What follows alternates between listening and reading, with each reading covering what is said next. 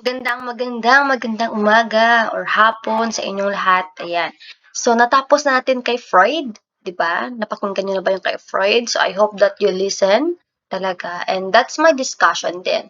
So, for your recorded assignments, okay, para malaman ko naman na you are listening in the lesson na ina-upload ko. Sa per lesson, per recorded lesson, you will come up with kahit isang question lang, okay, about the lesson. Ano yung interesting question na pwede mong i-throw sa akin? Okay, so I will ask you that question for our next synchronous meeting. Okay? So for today, we are gonna move on to Erikson. Sana all nag-move on. Ayan. So, we are gonna focus this psychosocial theory, ayan, of development. So, Erikson believed that the ego develops throughout the various stages, okay, of life according to an epigenetic principle. After Marfim embryology, isa tong science name. So, growth take place according to epigenetic principle, that is, one component part arises out of another and has its own time of ascendancy, but it does not entirely replace earlier components. So yung ego kasi ito yung self ng isang tao that can develop, sabi niya, sa kahit saang oras ng ating buhay. Then, in every stage of life, there is an interaction of opposites. That is a conflict between a syntonic or harmonious, kung you hear this word before, harmonious or syntonic element, and a dystonic, the disruptive element. So during each of the other 7 stages, people must have both harmonious or syntonic and disruptive experience. So I believe na lahat tayo, meron tayong harmonious experience, like a peace experience. Meron din tayong chaotic o magulong experience, or we have the dystonic experience. So at each stage, the conflict between dystonic and syntonic elements produces an ego quality or ego strength. So itong mga experience natin, it contributes to our ego, okay, or to our self, which Erikson referred to as the basic strength. For instance, from the antithesis between trust and mistrust emerges hope and an ego quality that allows an infant to move into the next stage. Too little basic strength to at any one stage results in a core pathology for that stage. Okay, so for example, a child who does not acquire sufficient hope. So yung batang lumaki siya na hindi ganun kalakas or katindi ang kanyang hope. So during infancy pa lang, it will develop the antithesis or opposite of hope. Okay, so we will tackle this, okay, para mas maintindihan nyo ano yung sinasabing hope ni teacher. Ayan. So, sabi dito, the withdrawal ng isang bata. So, for example, nagkaroon siya ng relationship in the future. More likely, he or she will withdraw. Okay? O kasi nga, for example, may conflict lang konti, makikipag-break. Okay? Or may conflict lang sa mga friends, ayaw na makipag-friend. Okay? Because of the losing of hope in the infancy. Again, each stage has a potential core of pathology. So we have here, ito sinasabi ko kanina, we have here the stages of development ni Erikson, the trust versus mistrust, autonomy versus shame and doubt, initiative versus guilt, industry versus inferiority, identity versus confusion, intimacy versus isolation, generativity versus stagnation, and integrity versus despair. Okay? So, let's begin to the stage 1, the trust versus mistrust. Ayan. Sino yung mga may trust issues dito? So, you will see here, bakit nga ba may trust issues ka? Okay? Aside from your traumas na aware ka or conscious ka, you have developed your trust and mistrust during your infancy. So, the first stage of Erikson's theory of psychosocial development occurs between birth and 1 year of age. Naalala nyo kay Freud, itong part na to is the oral stage, di ba? From birth to 1 year old. Okay. So, because an infant is utterly dependent, developing trust is based on the dependability and quality of the child's caregiver. So, yung mag-help sa kanya na mag-develop ng trust and mistrust is the caregivers. It's either the mother, or yung yaya, or kung sino man mag-aalaga sa isang baby. So at this point in development, the child is utterly dependent upon adult caregivers. Malamang, dependent yung bata. Apay, parang kay Biag ni Lamang, di ba? Si Biag ni Lamang, pag pinanganak siya, sinabi niya na ang pangalan ko ay Biag ni Lamang. Tapos nakipaglaban na si Biag ni Lamang, or si Lamang pala. Ayun, si Lamang. Ayan. So, as you can see, nung pinanganak ka, you are very dependent to your caregivers kasi nga wala ka pang strength, okay? So, the caregivers give you everything you need, the food, the love, warmth, safety, and nurturing. So, if a caregiver fails to provide adequate care and love, the child will come to feel that they cannot trust or depend upon the adult. So, kapag hindi do binigay yung need ng isang bata, doon mo nalulus ang iyong trust. Okay. Let's see this. Okay, the outcomes of the trust and mistrust. So, if a child successfully develops trust, so pag nabigay lahat, love, care, ayan, pagkain, the child will feel safe and secure in the world. Ayan. So, caregivers who are inconsistent, emotionally unable or rejecting contribute to feelings of mistrust in the children under their care. Failure to develop trust will result in fear. Okay, pag hindi nabigay yung food, di ba, nagkakaroon ng fear yung isang bata or anxiety, di ba, during the oral stage ni Freud, kapag hindi na-feed yung bata, the child will develop anxiety or anxious yung isang bata. So, ganun din kay Erikson. So, let's see this picture. So, we have here the psychosocial conflict, okay? So, trust versus mistrust.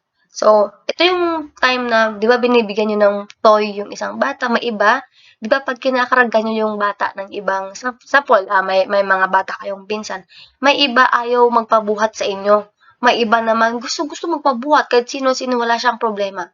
So, you can see, even the child, may trust issues sila. And for example, if the child is nakadevelop siya ng trust, so the basic virtue of the child is nagkaroon siya ng hope sa kanyang life. Okay? So I hope na you are thinking of the examples na binibigay ko so that you can relate to this topic. Okay, we'll proceed to the second one, autonomy versus shame and doubt. So the second stage of Erikson's theory of psychosocial development takes place during early childhood and is focused on children developing a greater sense of personal control. Ito na yung time na mga 2, 3, 4, or mga 2 or 3, ganun pa yung mga age nila. Okay? So, sa autonomy versus shame and doubt, okay, you can see here, okay, di ba dinedevelop na nila yung self nila? Tinatry nilang kumain mag-isa, pumili ng damit, maglaro, ayan. 'Di ba toilet training, the anal stage, ayan, na minamaster nila ang kanilang pagto-toilet. Okay? So, dito, you can see that the person or the child is developing his or her self-control. So, ano nga ba yung autonomy versus shame and doubt? So, we have here the role of independence. So, at this point in development, children are just starting to gain a little independence. So, this is under autonomy versus shame and doubt, okay? So, they are starting to perform basic actions on their own and making simple decisions about what they prefer. So, di ba may ibang bata, gusto kong suotin to, gusto ko yung toy na to. Ganon. So, by allowing kids to make choices and gain control, parents and caregivers can help children develop a sense of autonomy. So, pag sinabing, for example, yung isang bata, nag-ask siya na ito yung suotin niya, then you let the child, di ba? So, nakaka-develop yung bata ng autonomy. Ibig sabihin, self-control. Okay? May ibang parents naman kasi, kapag yung bata ay pumipili ng kanyang suot, ayaw ng parents. So, that time, yung bata is nagkakaroon ng low self-esteem. Kasi nga, hindi mo inala yung bata na mag-decide. So, if you have a cousins or meron kang mga baby sa bahay, okay, just let them. Kasi you are helping that child to develop his or her own self or personality. Okay, so next one, we have the potty training or the toilet training. The essential theme of this stage is that children need to develop a sense of personal control over physical skills and a sense of independence. So potty training plays an important role in helping children develop the sense of autonomy. Like Freud, Erikson believed that toilet training was a vital part of this process.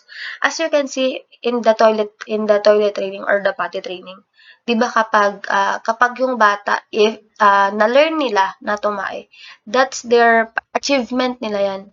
Okay, and they develop the sense of independence kasi may mga time na talaga na the child is mahiya na siya, gusto niya siya lang yung nasa CR, ganyan.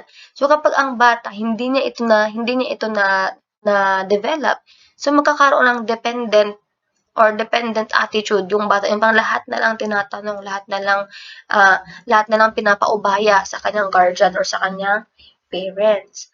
Okay, so however, Erikson's reasoning was quite different than that of Freud's. Okay, so Erikson believed that learning to control one's bodily functions lead to a feeling of control and a sense of independence. So yung sinasabi ko na magkakaroon siya ng sense of independence na kaya ko to, kahit hindi ako tulungan ni mama na tumaik, kaya ko. Ayan. So other important events include gaining more control over food choices, toy preferences, and clothing selection. So, if you have talaga, let them choose, okay?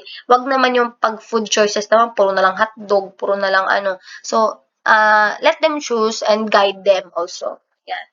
Teach them. So last one, dito, we have the finding balance. So children who successfully complete this stage feel secure and confident, while those who do not are left with a sense of inadequacy and self-doubt. So Erikson believed that achieving a balance between autonomy and shame and doubt would lead to will, and which is the belief that children can act with intention within reason and limits. So, let the child do yung mga gusto niyang gawin, ayan. Tapos, i-praise sila if success naman yung ginawa nila. Ganon. So, sa autonomy versus shame and doubt, the child will develop yung kanyang confidence. Ayan. So, kapag hindi mo inallow yung bata na mag-decide sa kanya, so, pwede siyang mag-develop ng shame. Okay, shame, hiya. Ayan. So, kapag ang bata ay mahiyain at hindi marunong mag-decide, alam nyo na kung saan ang galing. During the stage that the child is starting to decide her clothes, her food, her toys, or preferences. Okay, so next one. Okay, so we will have the outcome first pala. So children who struggle and who are ashamed or who are ashamed for their accidents may be left without a sense of personal control. So nagkakaroon siya ng in control sa kanyang life. So success during this stage of psychosocial development leads to feelings of autonomy. Okay, or yung confident nila. Okay, failure results in feelings of shame and doubt. Ayan. So, kayo na mag-decide if you want the child na maging successful in that stage. So, let them and guide them. Okay, so stage 3, we have the initiative versus guilt. Ito na yung time na the child realize what is right and wrong. Kasi kapag may ginawa silang wrong, they feel guilt. So the third stage of psychosocial development takes place during the preschool. Yes, na mga ito na yung mga 4 and 5 years old. Ayan, kasi pumapasok na sila ng school. So at this point in psychosocial development, children begin to assert their power and control over the world through directing play and other social interactions. So as we can see here, so psychosocial, may initiative or guilt. So, am I good or bad? Yan na yung mga tanong nila. Okay. So, ano ba yung susundin niya? Ayan. Is it the right or wrong? So, kapag susundin niya yung wrong, meron siyang guilt na develop. So, in this case, the basic virtue is the purpose of the person. So, for example, he or she will realize what is right and wrong. So, alam niya kung saan siya pupunta or kanino siya sasama. So the outcome of this stage is that the major theme of the third stage of psychosocial development is that children need to begin asserting control and power over the environment. So success in this stage lead to a sense of purpose. Ayan.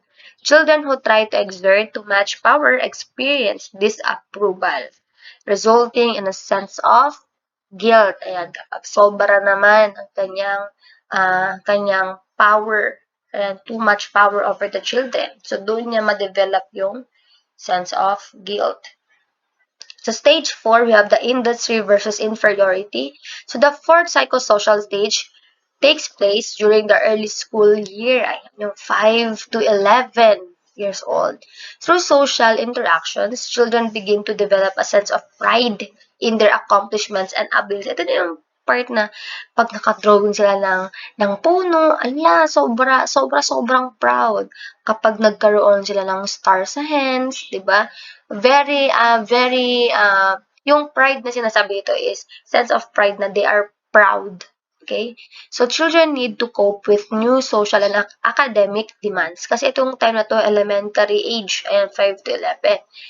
Success leads to a sense of competence, while failure results in feeling of inferiority. So, pag sinabi nating industry or the competence, nagkakaroon sila ng uplift sa kanilang life kapag nagkakaroon sila ng stars, tapos pinipraise nyo sila kapag nakagawa sila ng bagong bagay, ayan, or they can draw something new.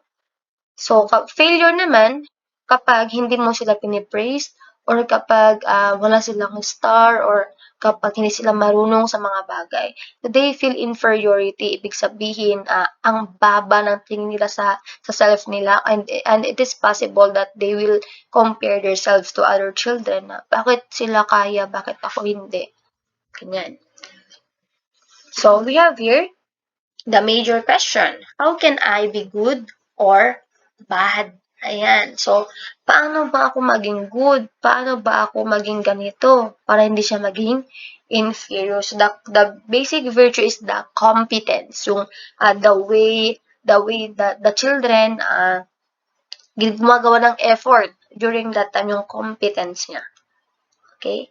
So, the outcome is that the children who are encouraged and commended by parents, ayan yung pinipraise na lang, galing, ganyan, or the teachers, develop of a feeling of confidence and belief in their skills.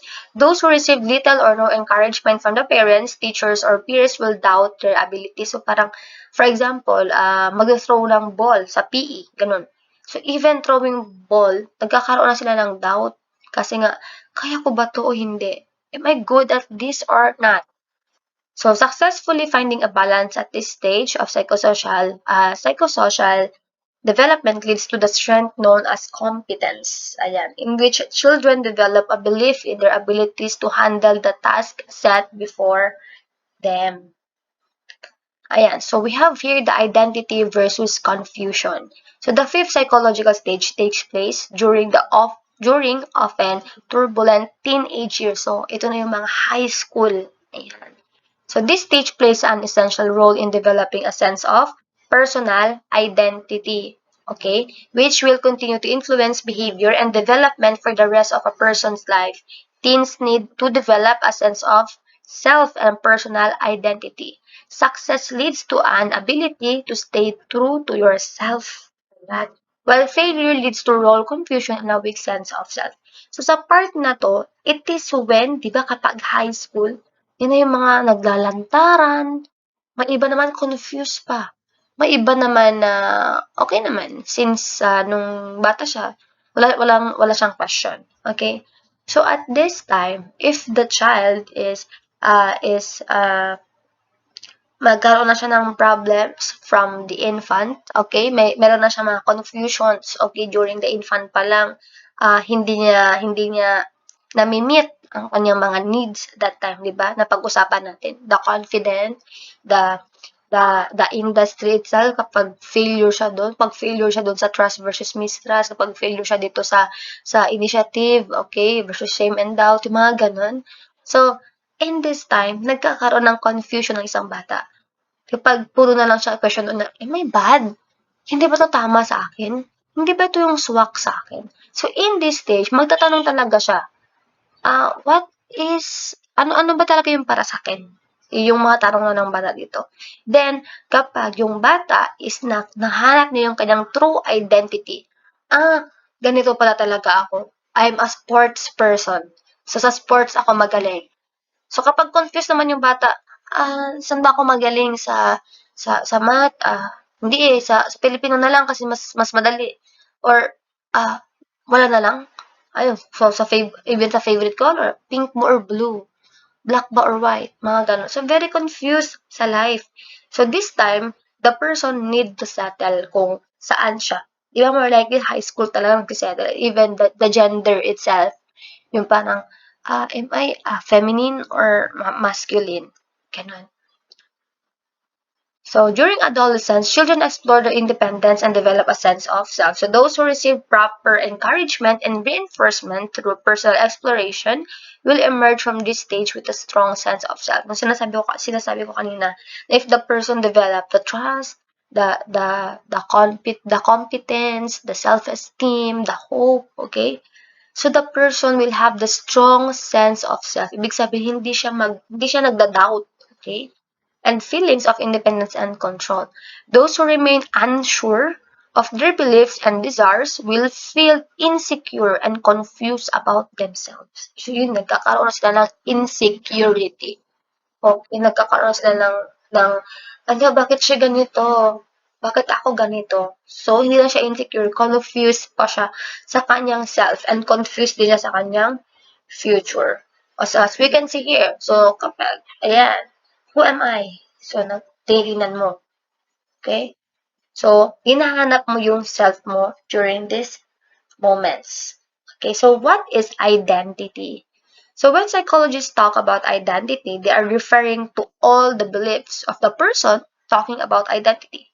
Ideals and values that have shaped and guide a person's behavior. Completing this stage successfully leads to fidelity, which Erikson described as an ability to live by society's standards and expectations. So ito yung nakikita natin na identity na gusto natin. So, while Erikson believed, yun yung yung parang secular belief or the world's belief. Pero kay Erikson, he believed that each stage of psychosocial development was important. He placed a particular emphasis on the development of ego identity. So, ego identity is the conscious sense. So, ikaw, you are listening today, you are conscious. You are conscious that you are listening, nakaupo ka, nakatayo ka, you are conscious. So that's your ego identity, the consciousness of the self.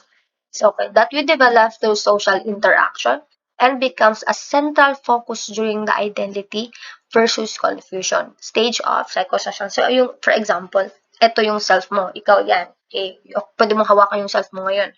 Okay, yan yung self mo. So that's your ego identity. So, ngayon, you will choose beyond the choices. Ano ba yung gusto mo maging? So, for example na lang, sa course. Ano gusto mo maging course? Ayan.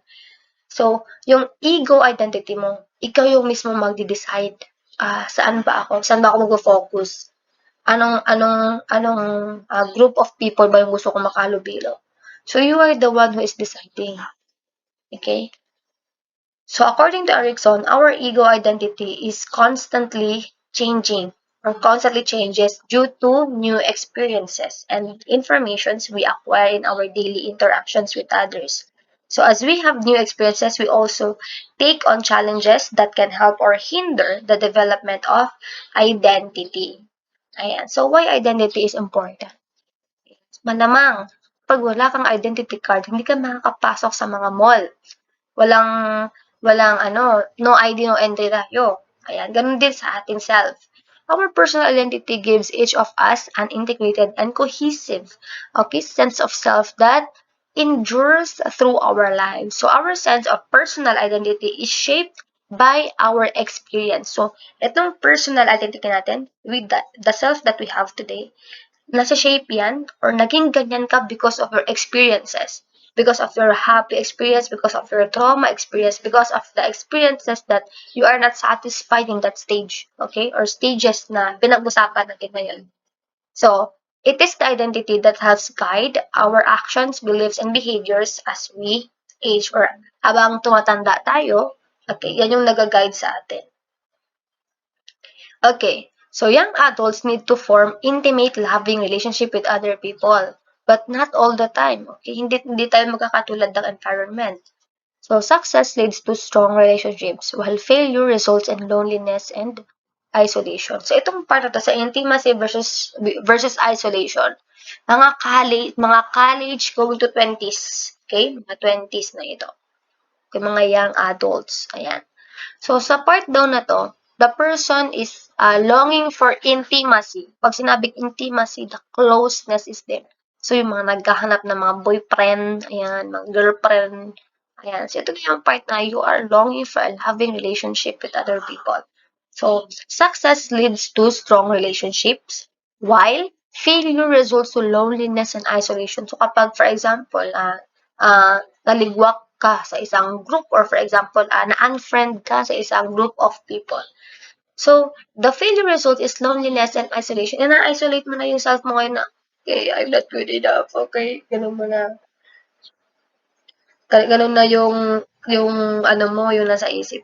So, this stage covers the period of early adulthood when people are exploring personal relationships. So, Erikson believed it was vital that people develop close. So, committed relationships with other people, those who are successful at this step will form relationships that are enduring and secure. Okay? So may mga time sa atin na you are longing for this relationship. So if we are into intimacy, okay, or long-term relationship, ito yung time na sa mga early or young adults going to 20 or mga until 25, mga ganun siguro, 'di ba? So you need to ano ba yan? You need kailangan mong i-settle yung mga stages na kung saan you fail. So, for example na lang, sa identity and confusion, hindi ka magiging success sa stage na to kapag hindi ka success doon. Kasi kapag you are still asking what is your identity, then you are longing for intimacy. 'Di ba? So, parang, ano siya, hindi siya balance. Okay? So, you need to think, okay, during our sessions today or during our class today, you are not just listening, okay? You are learning and you are looking to yourself right now. What are the stages that I fail? What are the stages na hindi na provide ng family ko during this time? Okay, so ngayon, isa-settle mo to. Kasi pag hindi mo ma-settle during this stage, it will be a problem to you in the future. Diba yung sinasabi kanina na magiging problem mo pa siya in the future. So you need to settle your childhood, okay? You need to ask questions. Okay? And you need to, kasi pag wala kang tanong, wala kang sasagutin. O wala kang sasagutan. Okay? So now, remember, okay, sabi ni Erikson dito sa ating earlier stage, that remember that each step on skills learned in previous steps, okay, yung mga steps kanina, okay, Erikson believed that a strong sense of personal identity was important for developing intimate relationships. Ayan, hindi lang sabi ko kanina. Kailangan magkaroon ka ng strong sense of personal identity. Dapat ma-solve mo muna lahat ng problems mo personally, mga questions mo to yourself. Why am I like this? Bakit wala akong trust? Bakit low ang self-esteem ko? Bakit ako nahihiya palagi? Bakit ganito ako? So you need to answer those questions. You can write to your diary, you can write the questions, and you can answer it. Okay? So if hindi mo kayang sagutin talaga, you can PM me. Okay? Kasi nga, this will become your problem in the future and hindi ito joke. Kasi personally, I have experienced this one that meron akong trust issues. So I realized that nung child pala ako, okay, because I talked to someone too. So, kwento ko. During nung child kasi is yung mama ko is nag-work na siya. Parang 1 month lang ata. Tapos nag-work na siya kasi kailangan na mag-work. So, the trust there was gumuho. Ayan. Or hindi na-develop yung trust ko. So, kaya pala during these stages na, though hindi ko na remembered that time, so, pero during these stages na nasa 20s na ako, I realized that bumabalik yung trust issues ko. So, I asked someone, okay, I asked psychologist na, why? Bakit? So, I realized na ganun pala. So, you can ask me or you can ask someone too para matulungan ka to overcome that stages, okay? So, studies have demonstrated that those with a poor sense of self tend to have less committed relationships and are more likely to struggle with emotional isolation, loneliness, and depression. So, successful resolution of this stage results in the virtue known as love. So, it is marked by the ability to form lasting, meaningful relationships with other people. So, ito na yung time na if na-settle mo na yung previous issues mo, nakapag-move on ka na sa first stage, sa second stage, sa third stage, sa fourth, until na sa stage na ito, okay, doon mo na makakamit ang long-term relationship. Not long-term, not a toxic long-term, okay? A meaningful relationship. Because realize, 'di ba sabi nga, if you heard the song Ben and Ben, yung Lives, yung pinakagustong lyrics ko dun, sinabi niya na, uh, you only know that you love someone, or you truly love someone if you learn to forgive. So parang, oh nga, no? If you learn to forgive someone. Kasi hindi mo ma-forgive yung taong hate mo eh. 'Di ba? You forgive someone because you love them. Okay? So we have here, major question, will I be loved or will I be alone? Magiging single na ba ako forever? Mga ganyan mga tanong, di ba? Or magkakahanap ako ng Mr. Right. Ayan. So, ang sagot ay nasa sa'yo. Okay? So, we have the stage 7, the generativity versus stagnation. Ito yung mga adult na, mga 40 plus. Ayan. So, adults need to create or nurture things that will outlast them. Di ba? Gumagawa na sila ng mga sinisettle na nila yung self nila for retirement. Parang yung lahat ng mga benefit as lahat, kinukuha yan para magkaroon ng pension in the future.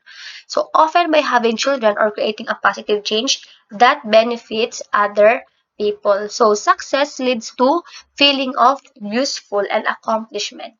While failure results in shallow involvement in the world. So, for example, naging professional siya. So, during this time, dito pa siya nagbi-build ng self niya. Yung ginagawa niya lahat, lahat, lahat. Okay, to accomplish things, doing this, doing that. Pero kapag failure, okay, itong part na to is hindi siya nag-effort during the early stage. Kasi di ba during the 20s, dun ka nag-aaral. During the high school, pag hindi ka naging success during that time, sabi ni Erikson, so hindi mo ma-accomplish itong stage na to. Or, pwede niyang i-divert. For example, hindi siya nakapagtapos pero nag-business siya. Okay? Or ginagawa yung mga gusto niya sa buhay niya. So, it is still a success. So, we have here that during adulthood, we continue to build our lives focusing on our career and family. Those who are successful during this phase will feel that they are contributing to the world. So, mga successful, for example, mga teachers, pag ano man yung profession mo, architect ka man, maging fine arts ka man, ayan, yung mga nagpipaint, di ba? Very, very relaxing kapag ginagawa mo yung gusto mo sa buhay mo. Di ba? Kung ano man yung course mo ngayon, accountant ka man, o kung ano man yung kinukuha mong course ngayon, di ba? You feel success during this stage if you fulfill that. Kaya sinasabi ko sa inyo, don't give up. Don't give up. Okay? So, those who fail to this stage, attain this skill will feel unproductive. Siyempre, unproductive na kasi hindi mo na nakuha yung gusto mo or hindi mo nakamit yung gusto mo. Okay, so care is the virtue achieved when this stage is handled successfully. Being proud of yourself or proud of your accomplishments, watching your children grow into adults, and developing a sense of unity with your life partner are important accomplishments of this stage. So kapag may asawa ka, may mga anak ka, may apo ka, so you feel that you are a success. I'm not telling that if wala kang asawa or wala kang anak, you are not successful. You are. If you are happy what you are doing, you are successful indeed. Ayan. So, we have this picture. Okay, so my question na dito, how can I contribute to the world? Am I helping? So, for example, yung gusto mo pala is helping children, di ba? Or helping puppies, di ba? Yung mga nag-a-adapt ng mga aso, mga pusa, pinapakain mo sila. So, that's a state of success, okay? Basta whatever you want to do, or kung ano yung gusto mong ma-contribute sa world, okay? Ayan. So, the last one, integrity versus despair. So, the final psychosocial stage occurs during old stage and is focused on reflecting back on life. So, at this point in development, people look back on the events of their lives and determine if they are happy with the life that they live or if they regret the things they did or didn't do. Ito na yung time na 60s na sila. Yung parang nag-retire na sila. Then, during that retirement, nag-rest na sila. Am I successful? Did I do my best? Am I happy? Ito na mga questions dito. Or, marami ba silang regrets? Sana ginawa ko 'to ng early stage. Sana ganito, sana ganito. Ito na yung part na may integrity ka. I did something. Or despair ka, sawi. Okay? That's the word. Okay?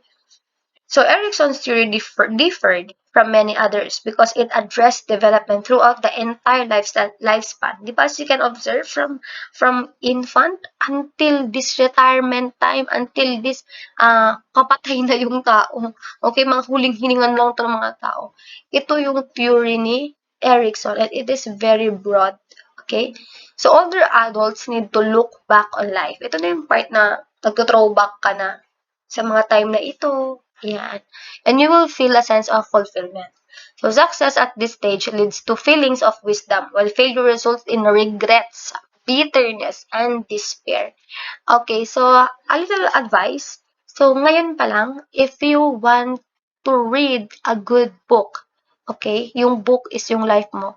You need to make your book now, sa life mo ngayon, the way you live. Yan yung mga sulat sa libro mo ngayon. So, kung gusto mo na maganda yung mato-throwback mo 'pag tumanda ka, do it, do it, okay? You will not feel any success kapag hindi ka mag-take risk. You need to take risk, okay? Kapag, for example, you are not good at it, do it, okay? Take risk, okay? Kasi you can never know the good ka or bad. Para maiwasan mo yung regrets mo in the future, maiwasan mo yung mga, sana ganito na lang sana ginawa ko 'to. Okay, para maiwasan yung mga gano'ng regrets in the near future. So at this stage, people reflect back, ayan, throwback na naman. Those who look back on a life they feel was well lived, will feel satisfied, and ready to face the end of their life. So yung mga taong feel nila na okay na sila. So sila na yung mga tao na hindi sila takot mamatay because they are happy living in this world. So those who look back and only feel regret will instead feel fearful that their lives will end without accomplishing the things they feel they should have. Hindi ko alam kung napanood nyo yun sa Facebook, yung isang matanda na nag-aaral. 'Di ba? Ang tanda niya na, retirement na 60 na nag-aaral pa siya. So, ginawa niya yun because nga yung fear niya na hindi niya makamit ang kanyang dreams. Ayan. So, nakikita niyo naman yung matanda, di ba? Nagto-throwback siya sa kanilang kasal, sa kanilang unang anak, di ba? Sa mga pictures nila. Ayan. So, reflecting the back of their life. So, the outcome of this last topic is that those who are unsuccessful during this stage will feel that their life has been wasted and may experience many regrets. The person will be left with feelings of bitterness and despair. Those who feel proud of their accomplishments will feel a sense of integrity. Successfully completing this phase means looking back with few regrets and a general feeling of satisfaction. These individuals will attain wisdom even when confronting death. Ayan. So, I hope that you learn something by Erikson sa kanyang topic. And personally, I learned something. I've been reminded from this lesson. Okay? So, really good. And I hope that you will do something new. Okay? Para naman pag tumanda tayo, maganda yung mga tino-throwback nating mga experiences. So this is the end of Erikson's topic. So the next topic will be Carl Rogers. Okay, again for this output sa mga recorded lessons ko, even kay Freud. Okay, magko-comment na lang kayo doon sa mismong in-upload ko. Okay, for example, doon ko in-upload itong material. So sa baba, di ba may comment doon? So just comment your questions there. Okay, isang question lang. Okay. So, para mapag-usapan naman natin next meeting. Okay? Or para mabasa ko yung mga questions ninyo.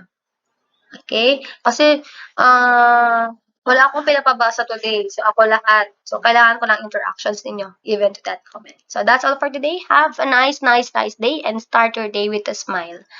Bye-bye!